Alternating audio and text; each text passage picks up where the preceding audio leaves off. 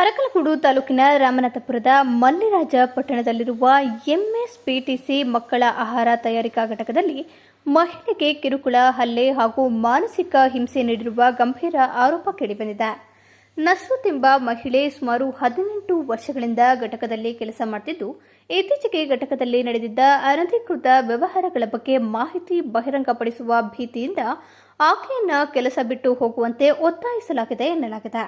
ಆಕೆ ನಿರಾಕರಿಸಿದ ಹಿನ್ನೆಲೆಯಲ್ಲಿ ಘಟಕದ ಅಧ್ಯಕ್ಷರು ಹಾಗೂ ಇನ್ನಿತರರು ನಿನಗೆ ಕೆಲಸ ಮಾಡಲು ಬರುವುದಿಲ್ಲ, ನಿನಗೆ ವಯಸ್ಸಾಗಿದೆ ಎಂದು ಹೇಳಿ ಕೆಲಸದಿಂದ ದೂರವಿಡಲು ಉತ್ತರ ಹೇಳಿದ್ದಾರೆ. ನಂತರ ಸಿಡಿಪಿಒ ವೆಂಕಟೇಶ್ ಸೂಚನೆಯಂತೆ ಆಕೆ ವೈದ್ಯರಿಂದ ವಯಸ್ಸಿನ ದೃಢೀಕರಣ ಪತ್ರವನ್ನು ಪಡೆದು ಮತ್ತೆ ಕೆಲಸಕ್ಕೆ ಹಾಜರಾಗಿದ್ದಾಳೆ. ಆದರೆ ನಂತರ ಮತ್ತೊಮ್ಮೆ ಆಕೆಯನ್ನು ಮನೆಗೆ ಕಳುಹಿಸಿದ ವೇಳೆ ಆಕೆ ಬಿಟ್ಟು ಹೋಗಿದ್ದ ಬ್ಯಾಗ್ಗೆ ಗಾಜಿನ ಪುಡಿ ತುಂಬಿರುವುದಾಗಿ ಆರೋಪಿಸಲಾಗಿದೆ. ಬಳಿಕ ಆಕೆಯ ಮೇಲೆ ತಪ್ಪು ಆರೋಪ ಮಾಡಿ ಹಲ್ಲೆ ನಡೆಸಿ ದೇವರ ಕೋಣೆಯಲ್ಲಿ ಬಂಧಿಸಿ ಕಿರುಕುಳ ನೀಡಲಾಗಿದೆ ಎಂದು ತಿಳಿದುಬಂದಿದೆ. ಈ ವೇಳೆ ಮಹಿಳೆ 112ಕ್ಕೆ ಕರೆ ಮಾಡಿದಾಗ ಪೊಲೀಸರು ಸ್ಥಳಕ್ಕೆ ಆಗಮಿಸಿ ಆಕೆಯನ್ನು ರಕ್ಷಿಸಿ ಮನೆಗೆ ಕಳುಹಿಸಿದ್ದಾರೆ. ಬಳಿಕ ಮಹಿಳಾ ಪೊಲೀಸ್ ಠಾಣೆಗೆ ದೂರು ನೀಡಿದ್ದು, ಪ್ರಕರಣದ ಕುರಿತು ಪೊಲೀಸರು ವಿಚಾರಣೆ ನಡೆಸುತ್ತಿದ್ದಾರೆ. ಮುಂದಿನ ಕ್ರಮ ಕೈಗೊಳ್ಳುವ ಬಗ್ಗೆ ನಿರೀಕ್ಷಿಸಲಾಗಿದೆ.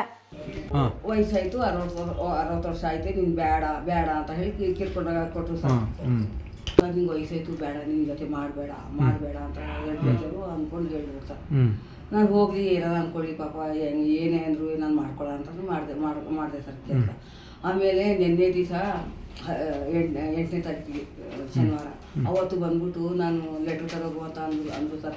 9:30 10 ಗಂಟೆಗೆ ಬಂದ್ಬಿಡ್ಬೇಕು ನೀನು ಅಂತ ಅಂದ್ರು ಸರ್. ನಾನು ಹೋದೆ ಸರ್, ನಡ್ಕೊಂಡು ಹೋದೆ ಸರ್. ಏನು ಲೆಟ್ರ್ ತಗೊಂಡೋದ್ರಿ? ಡೇಟ್ ಆಫ್ ವಯಸ್ಸಿಂದು ಸರ್. ಹೋದ್ಮೇಲೆ ನಾನು ನಡ್ಕೊಂಡು ಹೋದೆ ಸರ್. ಅಲ್ಲಿಂದ 9 ಗಂಟೆ 9:30 ಬಂದ್ಬಿಡ್ಬೇಕು ನೀನು ಅಂತ ಅಂದ್ರು ಸರ್. ನಾನು ಬಂದೆ ಸರ್. ಬಂದ ತಕ್ಷಣ ನೋಡಿದ್ರೆ ಬ್ಯಾಗ್ ತರಗು ಅಂದ್ರು ಸರ್. ಯಾರು? ಲಲಿತಾ ತೇಜ. ಲಲಿತಾ ತೇಜ. ಎಲ್ಲಿ ನೀವು ತರಕ್ ಹೋಗಿ ಬಂದ್ಮೇಲೆ ಬ್ಯಾಗ್ ಅಲ್ಲೇ ಇಟ್ಟೋಗಿದ್ರ ಬ್ಯಾಗ್? ಇಟ್ಟೋಗಿದೆ ಸರ್. ಬಂದ್ಮೇಲೆ ತರಗು ಬ್ಯಾಗು ಅಂತ ಅಂದ್ರು. ತಂದೆ ಸರ್. ಕೊಡು ನೀನ್ ಬ್ಯಾಗು ಅಂತ ಅಂದ್ರು. ಕೊಡುದೆ ಸರ್. ನಾನು ತರಗು ಅಂತ ಅಂದ್ರು ಸರ್. ಅಲ್ಲಿ ಕೂತಿದ್ದೆ ನಾನು ಚೇರಿಂದ ಬ್ಯಾಗ್ ತಂದೆ. ಬ್ಯಾಗ್ ತಂದ ಮೇಲೆ ಕೊಡ್ಬು ಅಂತ ಅಂದ್ರು ಸರ್. ಕೊಡ್ದ್ವಿ ಸರ್. ಕೊಡ್ಬಿಟ್ರಿ ಸರ್ ಬ್ಯಾಗ್. ನಾನು ಕೊಡ್ಬಿಟ್ಟು ಹಿಂಗೆಲ್ಲ ಮಾಡಿದೆ.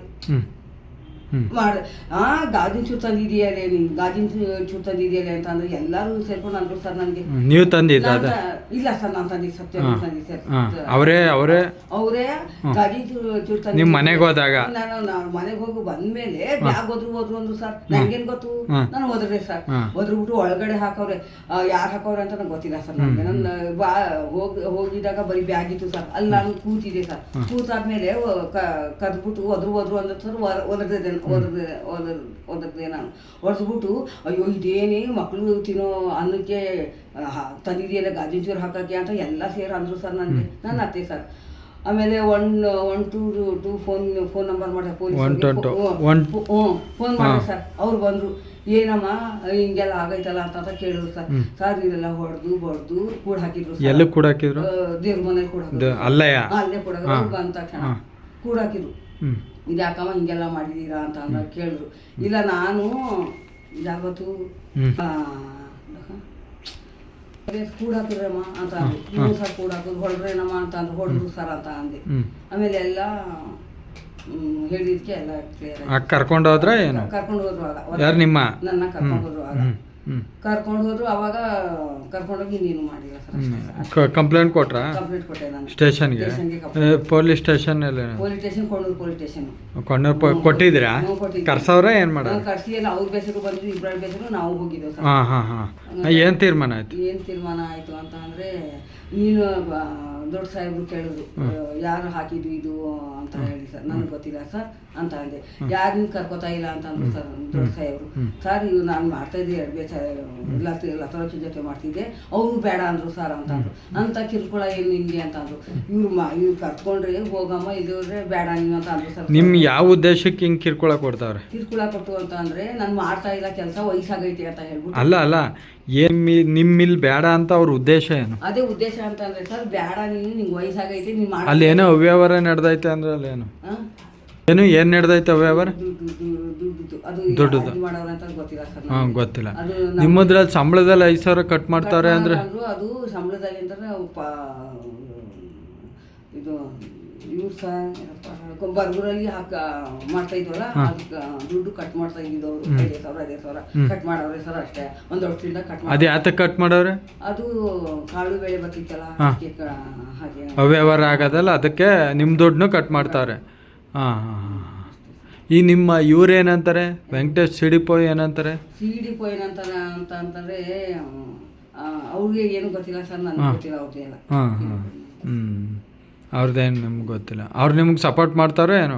ಸಪೋರ್ಟ್ ಮಾಡ್ತಾರೆ, ಅದೇ ಕೆಲಸದ್ದು. ಹಾಂ ನಿನ್ನ ಕೆಲಸಕ್ಕೆ ಯಾಕಮ್ಮ ನೀನು ಇದು ಮಾಡಿದ್ಯಾ, ನೀನು ಹೋಗೋ ಕೆಲಸಕ್ಕೆ ಅಂತ ಅಷ್ಟೇ. ಇನ್ನೇನು ನಮ್ಗೇನು ಸ್ಪಂದಿಲ್ಲ ಸರ್. ಯಾರು ಸಿಡಿಪೋ? ವೆಂಕಟೇಶ್ ಏನು ಸ್ಪಂದಿಸ್ತಲ್ಲ? ಇಲ್ಲ ಸರ್. ಹಾಂ. ಇದು ನಾನು ಕೆಲಸದಲ್ಲಿ ಇದ್ಮೇಲೆ ಅವರು ಬೇಡ ನಾನು ಬೇಡ ಸರ್, ಏನು ಸ್ಪಂದಿಲ್ಲ ಏನಿಲ್ಲ ಸರ್. ಹಾಂ ಹಾಂ ಹಾಂ. 3 ಜನ ಸರ್, ಸುಮಯ್ಯ, ತೇಜ, ಲಲಿತಾ, ಅವರು 3 ಜನ ಇದ್ಮೇಲೆ ನನಗೂ ಬೇಡ ಸರ್ ಕೆಲಸ. ಅವ್ರಿಗೂ ತೆಗ್ದಾಕಿ ನನಗೂ ತೆಗ್ದಾಕಿ ಅಷ್ಟೇ ಸರ್. ಮಾಡ್ತಾ ಇರ್ತೀನಿ ಸರ್, ನಾನು ಊಟ ಗಿಟ ತಗೊಂಡೋಗಿ ಊಟ ಗಿಟ ಮಾಡ್ತಾ ಇರ್ತೀನಿ ಸರ್.